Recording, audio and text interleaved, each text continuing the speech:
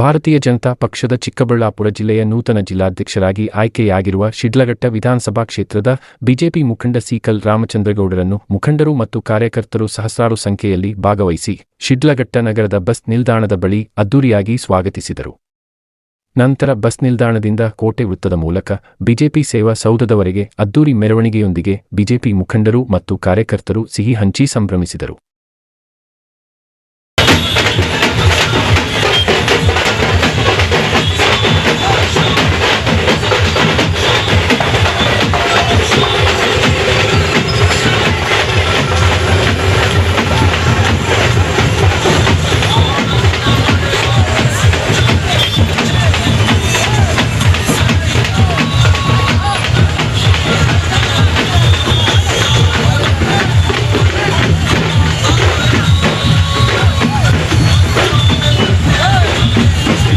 ಆ ಮೋದಿಜಿಯವರಿಗೆ ಕೆಲಸ ಏನಂತ ಹೇಳಿದ್ರೆ ಅದು ಯಾವಾಗ ನಿದ್ದೆ ಮಾಡ್ತಾರೋ ನಾವಂತೂ ಗೊತ್ತಾಗ್ತದೆ. ಯಾಕಂದ್ರೆ ಬೆಳಿಗ್ಗೆ ನೋಡಿದ್ರೆ ಒಂದು ವಾರದಲ್ಲಿ 2-3 ದಿವಸ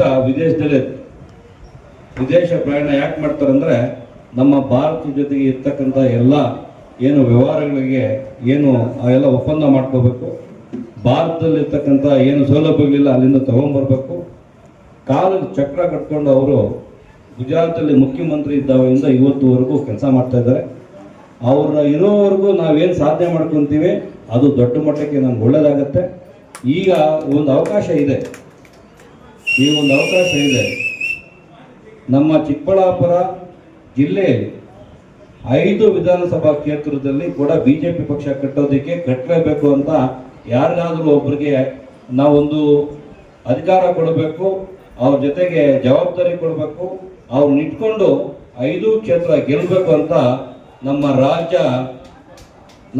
ರಾಜ್ಯದಲ್ಲಿ ನಮ್ಮ ಅಧ್ಯಕ್ಷರಿರ್ತಕ್ಕಂಥ ಬಿ ವಿಜೇಂದ್ರ ಅವರು, ಅದರ ಜೊತೆಗೆ ನಮ್ಮ ಸಂಸದರ ಕೆ ಸುಧಾಕರ್ ಅವರು ಒಟ್ಟೊಟ್ಟಿಗೆ ಮಾತಾಡಿಕೊಂಡು ಇಲ್ಲಿ ಯಾರು ಜವಾಬ್ದಾರಿ ಕೊಟ್ಟರೆ ಕೆಲಸ ಮಾಡ್ತಾರೆ ಅಂತಕ್ಕಂಥ ನಿದರ್ಶನ ನೀವೆಲ್ಲ ನನಗೆ ಕೊಟ್ಟಿದ್ದೀರ. ಯಾಕಂದ್ರೆ 2 ವರ್ಷ 3 ವರ್ಷದಲ್ಲಿ ಇವತ್ತು ಏನು ಬಿಜೆಪಿ ಸಂಘಟನೆಯಲ್ಲಿ ತಾವೆಲ್ಲ ಕೈ ಜೋಡಿಸಿದಿರ, ನಾವು ಮಾಡಿರ್ತಕ್ಕಂಥ ಎಲ್ಲ ಕೆಲಸ ಕಾರ್ಯಗಳು ಇರ್ತಕ್ಕಂಥ ಬಿಜೆಪಿ ಶಿಡ್ಲಘಟ್ಟದಲ್ಲಿ ಇಲ್ಲ, ಅದನ್ನ ಇವತ್ತು ಯಾವ ಮಟ್ಟಕ್ಕೆ ತಗೊಂಡ್ಬಂದಿರ್ತಕ್ಕಂಥದ್ದನ್ನ ಇವತ್ತು ನಿದರ್ಶನ ನೋಡಿ ನಮ್ಮ ಈ ನಿದರ್ಶನ ಡೆಲ್ಲಿಯಲ್ಲಿ ನಮ್ಮ ಕ್ಯಾಲ್ಕುಲೇಷನ್ ನೋಡಿದ್ದಾರೆ. ದೊಡ್ಡ ಮಟ್ಟಕ್ಕೆ ಏನು ಇವತ್ತು ಶಿಡ್ಲಘಟ್ಟದಲ್ಲಿ ಏನು ಬಿಜೆಪಿ ಬೆಳೆದಿದೆ, ಡೆಲ್ಲಿಯಲ್ಲಿ ಕೂಡ ರಾಮಚಂದ್ರಗೌಡರನ್ನು ಮಾಡಬೇಕಾದ್ರೆ ಏನು ಮೈನಸ್ ಅಂತ ತುಂಬಾ ಜನ ಹುಡುಕಿದ್ದಾರೆ. ಪ್ಲಸ್ ಯಾರು ಹುಡುಕ್ತಾರೆ, ನಮ್ಮಲ್ಲಿ ಇರ್ತಕ್ಕಂಥ ಸ್ವಲ್ಪ ಎಲ್ಲ ಕಡಿಮೆ ಮೈನಸ್ ಹುಡುಕಿದ್ದಾರೆ. ಆದ್ರೆ ನಮಗೆ ಬಿಜೆಪಿ ಕಟ್ಟತಕ್ಕಂಥ ಮೈನಸ್ ಸಿಕ್ಕಿಲ್ಲ. ಹಂಗಾಗಿ ಆಶೀರ್ವಾದ ಮಾಡಿದ್ದಾರೆ.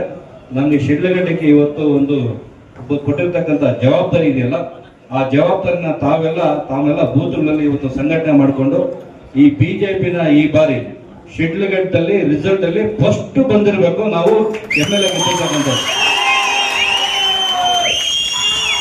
ಇವತ್ತು ನಮ್ಮೆಲ್ಲ ರೈತ ಬಾಂಧವಗಳಿಗೆ ಸಾಕಷ್ಟು ಕಿರುಕುಳ ಇದೆ.